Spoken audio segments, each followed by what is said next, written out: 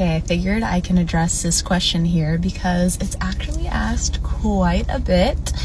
And at first, when I started getting asked this question, I was taken aback a bit because it was never a question in my mind whether it was accidental or not. So let's answer it. If you Google it, the two main things you will find: was this person suicidal? Do they have any history of mental illness? Are they taking medication for any sort of mental illness? Have they attempted suicide? Did they ever talk about having suicidal ideations? Was there a note? Did they leave a note? How were they the days leading up to the death? All that goes into play when they look at that. Also, the level of drugs or alcohol in their system when they run a toxicology report. Usually accidental overdoses will have less drugs or alcohol in their system, and that is how they'll deem it accidental or not. Now, with that being said, the amount of drugs that were found in Eric's system were not enough to be considered anything but accidental. He also had history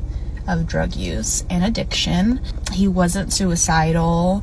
He didn't leave a note. He wasn't acting any differently or any way to make us think that he was suicidal or that he wasn't going to come home after this trip.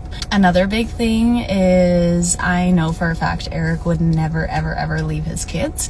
It was something he talked about all the time. His dad also died when he was 5, and he constantly talked about how being there for his kids was so important to him and how he really wanted to end his struggle with drugs because he knew that he needed to be here for his children. He knew that it could affect our lives in the future, which at the end of the day it did. Now, I know there are a lot of overdoses. Also do want to remind you guys that a lot of people that are dying of fentanyl are not knowing that the drug they're taking has fentanyl in it.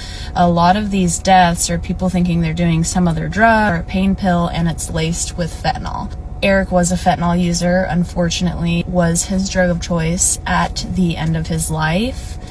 So he knew the risks. I mean, I feel like don't all addicts know the risk, but the drug is just that much stronger than you think.